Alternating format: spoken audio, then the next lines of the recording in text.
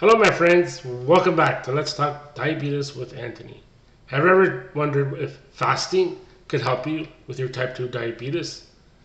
What is fasting all about? Is intermittent fasting the right kind of fast for you? Well, in this video, I'll be answering all these questions for you. Plus, near the end of the video, I'll be telling you what happened to my blood sugar numbers when I started intermittent fasting. But as always, my channel is not sponsored by any company. My main concern is its content, where I provide videos once a week on YouTube trying to inform people about diabetes and how serious this disease is, because it affects our overall health. How do I know this? Well, I myself am type 2 diabetic, so I know exactly how it's been affecting my overall health, and I know exactly what you are going through. So let's begin. First of all, what is fasting? Oops, did I scare you? Maybe you heard wrong? No. What is fasting? Fasting is when you refrain from eating for a couple of hours. Oh boy, I'm going to get heck for this one, but that's what it is. It could be 2-3 hours. You can miss a meal or two if you're able to and you have no serious illnesses. Or eat once a day. That's right, my friends. You'll still be fasting. And you'll be putting your body into fat burning mode. This is also known as ketosis. That's right, keto, that famous word. Well, it's actually ketosis. Fat burning. I'll explain more. Now, in order for this really to be happening, you should, get into the bigger fasts, which I'll be explaining intermittent fasting soon enough for you. Now, before I explain fasting, I'm going to be explaining what happens to our food after we eat. And then this will help you to better understand what happens to our food when we start fasting. So I'll be doing this while you can follow along with the graph that's on your screen. All right, let's begin. So our body, first of all, uses food, which means sugar, for its main source of fuel. What happens? Where do we get the sugar from? Well, after we eat, our body digested the food that we just ate into sugar. That's right, sugar. Then our pancreas senses this nutrients coming in and releases a hormone called insulin. Insulin then escorts the sugar into our cells, which open up and release it into our body, and the body uses this sugar as its main source of fuel. Now, if we provide enough sugar through our body, then the pancreas is able to produce enough insulin. When there's too much, stuffing ourselves all the time, well, then the pancreas cannot keep up. And if, our pancreas is working healthy, it's good. However, like I just said, if we keep shoving food and there's extra sugar and the pancreas can't keep up, well, there's all this extra sugar floats around in our body, and then it is stored into our livers as fat. And this contributes to fatty liver, non-alcoholic, because there's two kinds. So now, when we start fasting, after a period of hours, what happens is that our body starts to become in fat mode, ketosis, starts burning fat. The sugar gets used up more. The fat in our livers starts to release and be used as fuel, and our liver starts to clean out. This then becomes a non-fatty liver, but it takes time and with the right proper food source, diet. As this happens, well then, you'll start to lose weight. Yes, my friends, lose weight. And your blood sugars will start to go down. Now, you should always be checking your blood sugars when you start any kind of fast. And it's better if you are not on any medication before you do this. And you should always check with your doctor before starting anything. I mean, this is common sense, right? Well, it should be. Don't start anything without talking to your doctor. Now, what is intermittent fasting? Okay, my friends, intermittent fasting. Let me put it this way. You probably heard of the 16-8 fasting process. This is intermittent fasting. This is a longer fast. This is the one that works, my friends.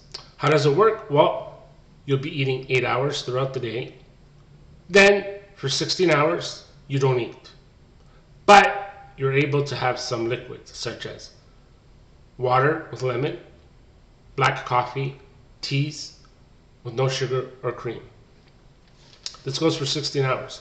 By the 6th hour, what's going to happen is your body is going to start using up all of your sugars. Your sugars will start to go down. Then your body starts to release the fat that's in your liver to use as energy. When this happens, you'll start to lose weight. The longer the fast, the more healthier your body will become.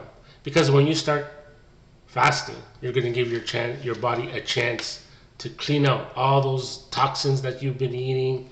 Your cells will open up, so more sugar could get through them, and your numbers will go down. You'll start to lose weight. Now, my friends, just because you're fasting and then you go back to eating 8 hours, it's not a free pass for you to start gorging on anything you want. No, my friends, you still have to follow your diet, especially if you're type 2 diabetic. During those 8 hours and you start eating again, the blood sugar is still going to go up. So you find out which are the right foods for you. All right, my friends, so now I'm going to tell you exactly what happened when I started intermittent fasting. And this is going to blow your mind away. So let's begin. When I started, number one, I started slowly. I increased it from 8 hours to 1 hour every week. Like I keep saying, habits take a long time to form and take twice as long to break. Till I reached the 16-hour mark. When this happened, well, here it is, friends. My blood sugar actually went up. Oh boy, I know you're probably saying, see, you're lying. It doesn't work. Let me explain. This is how it goes. When you start something new, it takes a long time for your body to get accustomed to it, used to it. So your blood sugar will go up because it's so used to always getting food into the stomach, into the system, that it senses, wait a minute, I'm not getting all that sugar. Something's happening, right? But you are. The spike will be a healthy spike. It's a spike that your body's trying to keep you alive. And it spikes up some of your blood sugar. As your body gets used to this new way, it'll start to remove all that extra insulin that is going on. So mine spiked up a little bit, then dropped down, and then my weight started to go down. Now, my friends, it just doesn't happen like that. I had to make drastic changes also to my diet. Now, I'll review what I did. I know it sounds like the same thing that I'm saying over and over, but we're always getting new people watching this channel, and there's new people becoming diabetic every single day. So when they hear something over and over, it might click in that food causes type 2 diabetes, the wrong food. Type 2 diabetes is a lifestyle disease.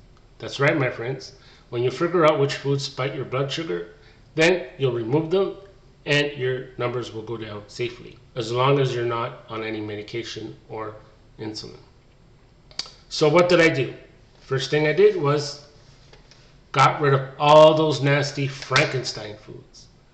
I know, I keep seeing Frankenstein foods, but what are they? Pastas, bread, potatoes of all kind, even the healthy kind, all your rice, even the quinoa. Ooh, yeah, quinoa is healthy for you. Might have said it wrong, but you know what I mean. Well, it's healthy for you if you're not type 2 diabetic, because when I tried the regular rice and then I tried the quinoa, it spiked it. My sugar went up twice as much as the regular white rice. That's right. So be careful what they are telling you out there. You're only able to eat certain things when you can. So because you're type 2 diabetic, you must learn this.